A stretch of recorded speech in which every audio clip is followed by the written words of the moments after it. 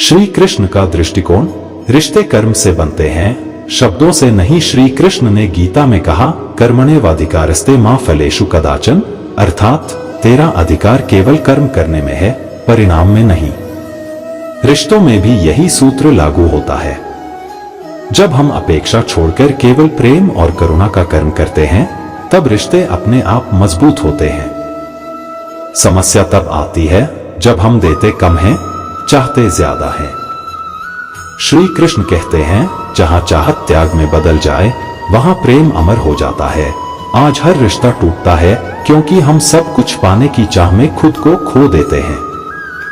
पर कृष्ण का प्रेम, राधा का समर्पण, गीता का ज्ञान यह सिखाता है कि रिश्ता निभाने के लिए अहंकार नहीं, त्याग चाहिए। अध्याय 2, संवाद की शक्ति। मौन नहीं, मन का मेल जरूरी है। कृष्ण जब अर्जुन से बोले तो उन्होंने आदेश नहीं दिए, उन्होंने संवाद किया। संवाद जो मन से निकला, जिसने आत्मा को छुआ। उन्होंने कहा, तत्वम विद्धि प्रणिपातेन परिप्रश्नन सेव्या, मतलब सवाल करो, समझो और प्रेम से सीखो। रिश्तों में भी संवाद ऐसा ही होना चाहिए। हम जब सुनते नहीं, बस बोलते हैं, तब दूरी बढ़ती है। कृष्ण सिखाते हैं कि हर रिश्ता संवाद पर जीवित रहता है, तर्क पर नहीं। इसलिए जब अगली बार कोई अपनों से दूर हो जाए, उसे समझने की कोशिश करें, समझाने की नहीं। अध्याय 3, अपेक्षा बनाम समर्पण। राधा कृष्ण का अनोखा उदाहरण। कृष्ण और राधा का रिश्ता संसार का सबसे महान उदाहरण है, क्योंकि उसमें अधिकार नहीं था, समर्पण था। राधा ने कभी यह नहीं कहा कि कृष्ण मेरे हैं, उन्होंने बस यह कहा, कृष्ण मेरे मन में है। यही रिश्ता मजबूत करता है, जहां स्वामित्व नहीं, समर्पण होता है। श्री कृष्ण कहते हैं, माही पार्थ व्यपाश्रित्य ये पीस्यु, पापियों ने जो मुझ में शरण लेते हैं, वे सब मेरे हैं। राधा ने भी यही किया, अपने अह को त्याग कर केवल प्रेम को अपनाया। अध्याय 4, क्षमा। रिश्तों की सबसे बड़ी औषधि। कृष्ण ने कभी किसी से द्वेष नहीं किया। शिशुपाल ने 100 बार उनका अपमान किया, फिर भी उन्होंने 99 बार क्षमा की। क्यों? क्योंकि कृष्ण जानते थे कि रिश्ते बदले से नहीं, बड़े दिल से टिकते हैं। अगर हम हर छोटी बात पर प्रतिक्रिया देंगे तो बड़ा रिश्ता छोटा बन जाएगा। कृष्ण सिखाते हैं कि क्षमा में शक्ति है। जो क्षमा करना जानता है, वही सच्चा प्रेमी है। प्रेम का सार, देना सीखो, पाने की चिंता छोड़ो। कृष्ण का प्रेम निष्काम था। उन्होंने सबको प्रेम दिया, किसी से कुछ मांगा नहीं। वो गोपियों के हृदय में बसे, पर स्वयं मुक्त रहे। उनका प्रेम बंधन नहीं, मुक्ति था। आज के रिश्तों में यही सबसे बड़ी कमी है, हम प्रेम को लेन देन बना देते हैं। पर कृष्ण कहते हैं, जो देता है वही परमात्मा के सबसे निकट है। अध्याय 6, रिश्ता जब कठिन हो जाए, तब कृष्ण का धैर्य याद रखो। जब कौरवों ने अन्याय किया, द्रौपदी का चीरहरण हुआ, तब कृष्ण तुरंत युद्ध करने नहीं गए। उन्होंने पहले धैर्य रखा, समझाया, अवसर दिया। यही श्री कृष्ण का जीवन संदेश है, धैर्य रखो। हर स्थिति तुम्हें सिखाने आई है। आज के रिश्तों में जब मतभेद आते हैं तो हम तुरंत टूट जाते हैं, प्रतिक्रिया करते हैं, पर कृष्ण सिखाते हैं, पहले शांत हो जाओ, फिर समझो। रिश्ता कोई रणभूमि नहीं है कि जीतना जरूरी हो, यह तो आत्मा का संगम है। यहां जीत नहीं, मेल जरूरी है।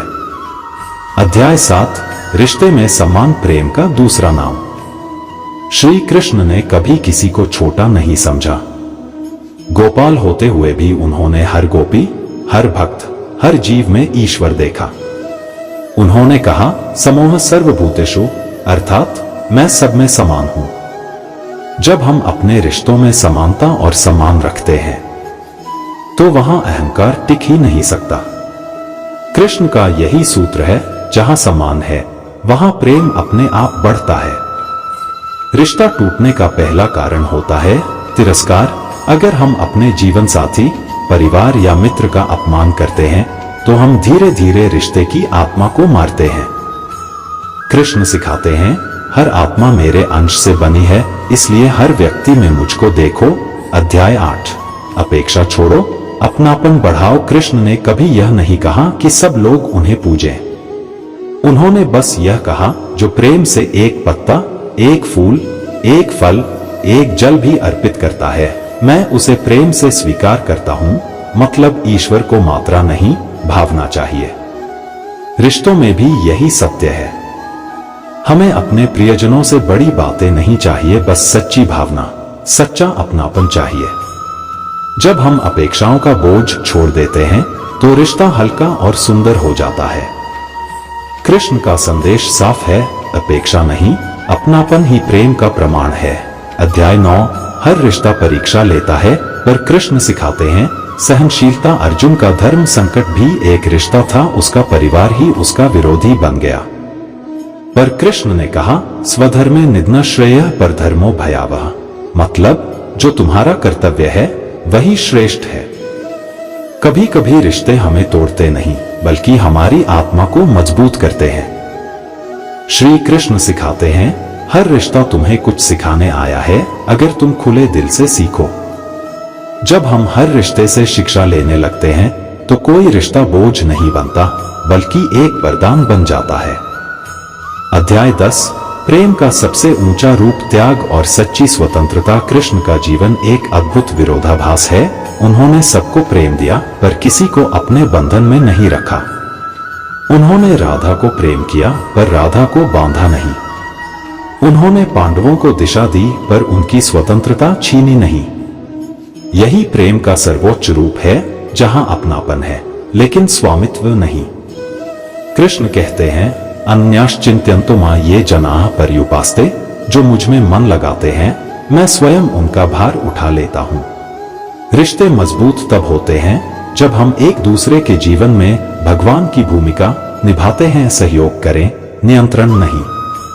अध्याय 11। रिश्तों में स्थिरता। मन की लहरों को शांत करो। कृष्ण ने कहा, यथा दीपो निवातस्थो नेंगते सोपमा स्मृता। जैसे बिना हवा के दीपक स्थिर रहता है, वैसे ही योगी का मन शांत रहता है। रिश्तों में भी यही योग चाहिए। जब हमारा मन हर पल बदलता है, कभी गुस्से में, कभी अपेक्षा में, तो रिश्ता अस्थिर हो जाता है। पर जब मन शांत होता है तो हम सामने वाले को समझने लगते हैं, ना कि बदलने। कृष्ण का सूत्र, पहले खुद स्थिर बनो, फिर रिश्ते अपने आप स्थिर हो जाएंगे। अध्याय 12। विश्वास। हर रिश्ते की जड़। श्री कृष्ण और अर्जुन का रिश्ता सिर्फ मित्रता नहीं था, वो विश्वास की पराकाष्ठा थी। अर्जुन ने कृष्ण से कहा, जो आप कहेंगे मैं वही करूंगा।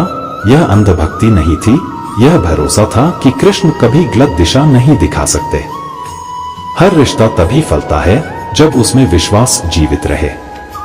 अगर हमें हर वक्त शंका हो तो प्रेम का वृक्ष सूख जाता है। इसलिए कृष्ण कहते हैं, श्रद्धा करो, लेकिन समझ के साथ।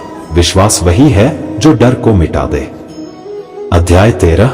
तुलना रिश्तों का सबसे बड़ा शत्रु।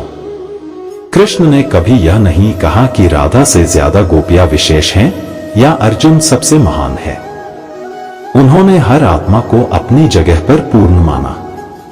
आज हम अपने रिश्तों में तुलना करते हैं, वो ऐसा क्यों नहीं है?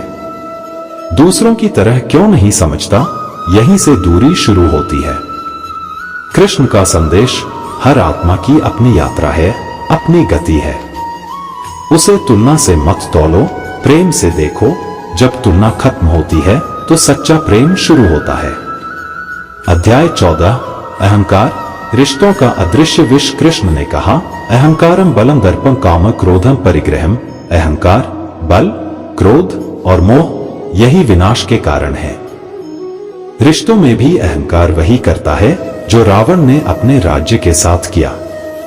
जब कोई कहता है, मैं सही हूं, मैं क्यों झुकूं, तब प्रेम मर जाता है। कृष्ण सिखाते हैं, जहां नम्रता है वहीं ईश्वर का निवास है। अगर आप सच में रिश्ता बचाना चाहते हैं तो मैं को हम में बदलना सीखिए। अध्याय 15। आत्मसंतुलन। जब खुद को समझो तब सबको समझ पाओ। कृष्ण ने अर्जुन से कहा, उद्धरेदात्मनात्मान। मतलब खुद अपने मन को उठाओ। जब हम खुद असंतुलित होते हैं तो दूसरों पर अपनी नकारात्मकता डालते हैं। लेकिन जब भीतर शांति होती है तो हम हर स्थिति में स्नेह बनाए रखते हैं। रिश्तों की जड़ आत्म संतुलन में है। जो खुद शांत है वही सबको शांत कर सकता है। अध्याय 16 रिश्तों में संवाद का संतुलन। कृष्ण कभी सिर्फ बोलते नहीं थे, वो सुनते भी थे। अर्जुन की हर शंका का उत्तर उन्होंने धैर्य से दिया। आज के रिश्तों में लोग सुनते नहीं, बस जवाब देने की जल्दी करते हैं। कृष्ण सिखाते हैं, पहले सुनो, फिर समझो, फिर बोलो। जब हम बिना तर्क के प्रेम से बात करते हैं तो मन का विष खुद ही निकल जाता है। अध्याय 17 समय। रिश्तों की सबसे बड़ी कसौटी। कृष्ण का हर संबंध समय की परीक्षा से गुजरा, कभी युद्ध के समय, कभी वियोग में, कभी त्याग में। उन्होंने दिखाया कि सच्चा रिश्ता समय के साथ बदलता है, टूटता नहीं। अगर कोई रिश्ता कठिन समय में भी साथ रहे तो समझो वहां ईश्वर का आशीर्वाद है। कृष्ण सिखाते हैं, समय को दुश्मन नहीं, शिक्षक समझो। हर कठिन दौर हमें सिखाता है कि कौन अपना है, कौन नहीं। अध्याय 18 सेवा। प्रेम की सबसे शुद्ध भाषा। कृष्ण ने बचपन में ही सबको सेवा सिखाई। उन्होंने गोवर्धन पर्वत उठाया लेकिन श्रेय नहीं लिया।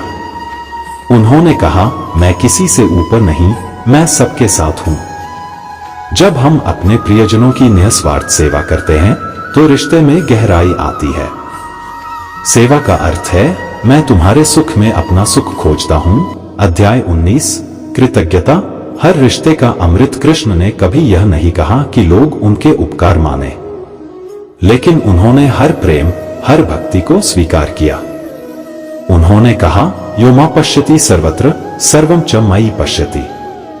जो हर चीज में मुझको देखता है वही सच्चा भक्त है। अगर हम अपने रिश्तों में कृतज्ञता लाते हैं, छोटी छोटी बातों के लिए धन्यवाद कहना सीखते हैं तो प्रेम बढ़ता है। कृतज्ञता से रिश्ता हल्का होता है क्योंकि वह देने की भावना को जीवित रखता है। अध्याय 20 मुक्त प्रेम। कृष्ण का अंतिम सूत्र। कृष्ण का प्रेम किसी शर्त में बंधा नहीं था। उन्होंने प्रेम को मुक्त रखा, जैसे हवा, जैसे प्रकाश। उन्होंने कहा, न त्वेवाह जातु नासम। मैं कभी न था ऐसा नहीं, न तुम कभी न थे। मतलब प्रेम कभी समाप्त नहीं होता, वो केवल रूप बदलता है। रिश्तों को मजबूत बनाने का अंतिम सत्य है, किसी को बांधो मत, बस प्रेम करो। जहां प्रेम मुक्त है वहां विश्वास, सम्मान और आत्मा का संगम अपने आप होता है। समापन। जब प्रेम ही धर्म बन जाए। श्री कृष्ण का पूरा जीवन यही सिखाता है कि रिश्ते शरीर से नहीं, आत्मा से निभाए जाते हैं। वो हमें यह नहीं सिखाते कि कौन सही है, वो हमें यह सिखाते हैं कि कैसे सही बनना है। आज दुनिया में हर जगह रिश्ते टूट रहे हैं क्योंकि हमने ईश्वर को मंदिर में और प्रेम को स्वार्थ में बंद कर दिया है। पर कृष्ण कहते हैं, जब तुम हर व्यक्ति में मुझे देखोगे तब कोई रिश्ता कभी नहीं टूटेगा। रिश्तों की मजबूती इस बात में नहीं है कि सामने वाला कितना देता है, बल्कि इस बात में है कि हम कितना समझते हैं, कितना क्षमा करते हैं और कितना प्रेम करते हैं। श्री कृष्ण के रिश्तों के 5 शाश्वत सूत्र। समझो, समझाओ मत। हर व्यक्ति का अपना दृष्टिकोण होता है, उसे सुनो, स्वीकारो। देना सीखो, पाना अपने आप आएगा। प्रेम व्यापार नहीं, ईश्वर का अनुभव है। क्षमा करो क्योंकि मनुष्य गलती का पात्र है। रिश्ते क्षमा पर टिकते हैं, नहीं तो टूट जाते हैं। अहंकार छोड़ो, आत्मा अपनाओ। मैं खत्म होता है तो हम जन्म लेता है। हर रिश्ते में भगवान को देखो, तब कोई तुम्हें धोखा नहीं दे सकता क्योंकि तुम प्रेम में हो, स्वार्थ में नहीं। अंतिम